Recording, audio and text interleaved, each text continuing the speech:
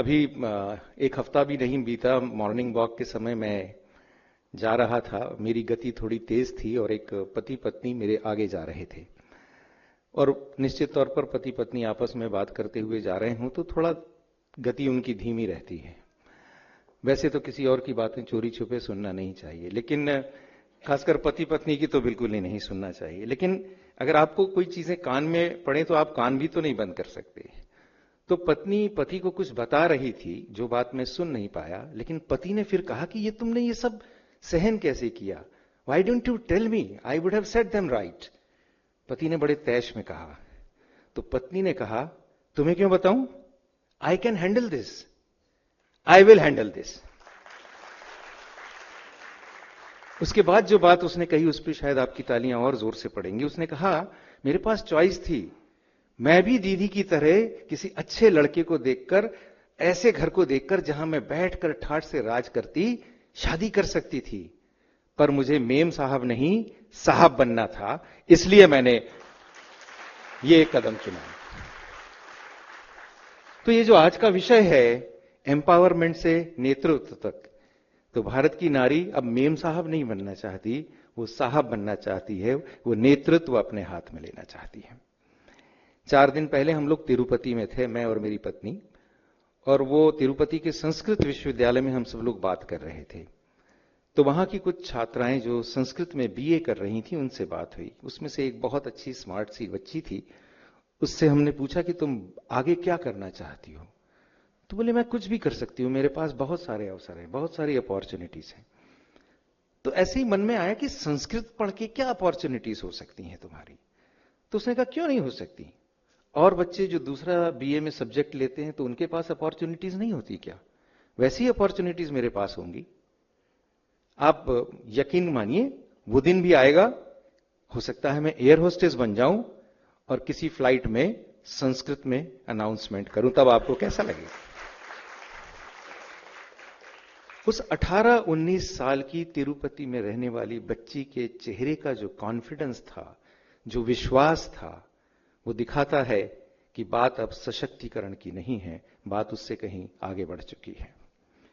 जब नए संसद भवन का आर्ट वर्क करने का दायित्व इंदिरा गांधी राष्ट्रीय कला केंद्र को सौंपा गया और उसका काम हमने अपने हाथ में लिया, तो माननीय प्रधानमंत्री जी ने हमें एक निर्देश दिया था कि ऐसा कुछ करें जहां पर हमारी भारत की मातृशक्ति की छवि उभर कर सामने आए।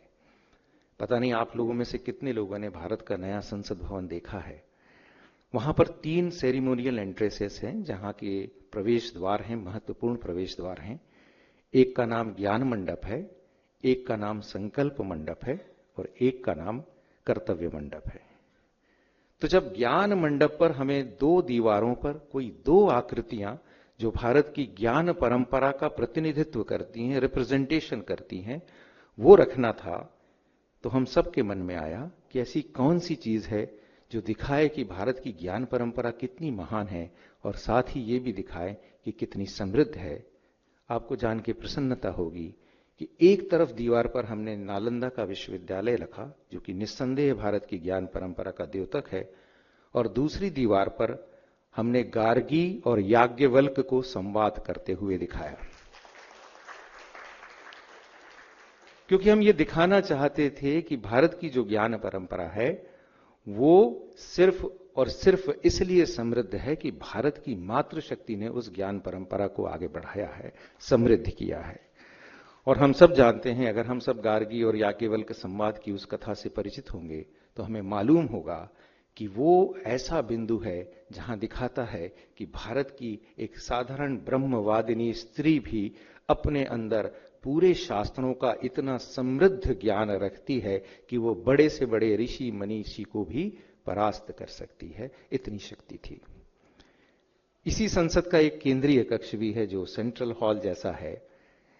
वहां पर बात हुई कि क्या दिखाना चाहिए जो दिखाए कि हमारी जो जमीन से जुड़ी हुई माताएं बहनें हैं, जो कि निरंतर अपने दैनिक कार्यकलाप में भी निरंतर कलाकृतियां करती हैं, तो हम वहां पर क्या चीज दिखा सकते हैं, कौन सी ऐसी चीज दिखा सकते हैं। बहुत सोच समझ के हमें ध्यान में आया कि भारत की अगर हम पूरी की पूरी जन शक्ति को दिखाना चाहते हैं, भारत की जन आकांक्षा को दिखाना चाहते हैं, तो भारत की कोई भी जनशक्ति या कोई भी जन आकांक्षा जननी के आशीर्वाद के बिना नहीं होती। इसलिए हमने एक पूरी की पूरी दीवार जिसका नाम जन जननी जन्मभूमि रखा, उस दीवार पर भारत की 75 ऐसी मातृ शक्तियां जो बिल्कुल ग्रास रूट लेवल की हैं, बिल्कुल जमीन से जुड़ी हैं। वो कोई बहुत प्रसिद्ध कलाकार नहीं है, कोई बहुत नामचीन कलाकार नहीं है, जमीन से जुड़ी हुई माताएं बहनें, उन्होंने भारत के 75 कला रूपों को वहां पर दिखाया है। मुझे लगता है कि विश्व में भारत की मातृ शक्ति का इससे श्रेष्ठ प्रदर्शन और कहीं नहीं हो सकता। तो ये जब नेतृत्व की बात आती है, हम सब देखते हैं कि हमें उस नेतृत्व को अपने अंदर से देखकर, सोचकर उस भाव को लाने की आवश्यकता है। अभी रुचिरा जी ने अपने संबोधन में आपके सामने ऐसी कई योजनाएं, कई बातें रखी हैं, जिससे आपको समझ में आता है कि कैसे वातावरण बदल रहा है, कैसे चीजें बदल रही हैं और कैसे हमें मानस परिवर्तन करना चाहिए। लेकिन उससे बड़ी बात है कि हम सब के अंदर क्या वो दृढ़ निश्चय, क्या वो शक्ति, क्या वो आस्था, क्या वो विश्वास है जो हम अपनी मातृशक्ति को नेतृत्व के लिए दे सकें। एक पुरुष होकर मैं इस मंच से आपके सामने ये बात कह रहा हूं, और मैं आज से पहले भी कई बार कह चुका हूं कि जब हम स्त्री और पुरुष की बराबरी की बात करते हैं तो वो सारी बातें बेमानी होती हैं। स्त्री पुरुष के बराबर हो ही नहीं सकती, क्योंकि स्त्री पुरुष से कहीं अधिक श्रेष्ठ है, कहीं अधिक समर्थ है। और जो पुरुष इस बात का भ्रम रखते हैं कि उन्हें स्त्री को अपने बराबर नहीं आने देना चाहिए, उन पुरुषों को भी ये बात समझ लेनी चाहिए कि अपने अंदर से एक और जीव पैदा करने की शक्ति सिर्फ और सिर्फ मां में होती है, पुरुष में नहीं होती। या तो वो सिर्फ देवता में होती है और या वो सिर्फ मां में होती है। इसलिए ये बराबरी कभी नहीं करना चाहिए। और इसलिए हमारे भारत के शास्त्र में, हमारे शास्त्रों में कभी भी इस तरह की बराबरी को बात नहीं माना गया। शिव भी तभी शिव पूर्ण हुए जब उनको शक्ति मिली। अगर शिव की शक्ति हटा दी जाए तो शिव भी शव हो जाते हैं।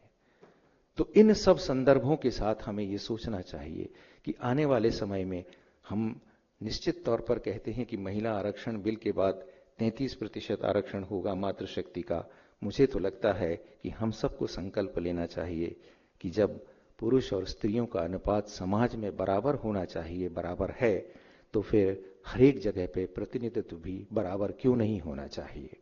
तो क्यों ना हम बात करें 50-50% की हिस्सेदारी की।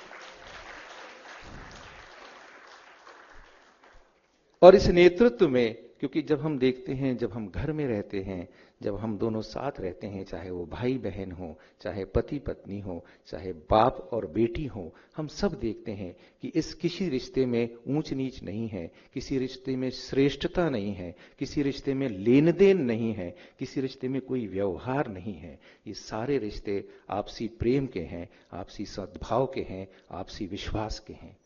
भारत का जो सामाजिक ताना बाना है वो इसी प्रेम से, इसी सद्भाव से, इसी विश्वास से पनपता है।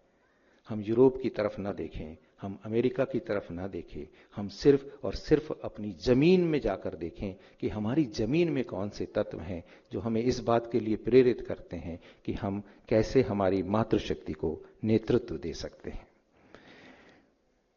कैफी आजमी ने 1981 में एक नज्म लिखी थी, औरत।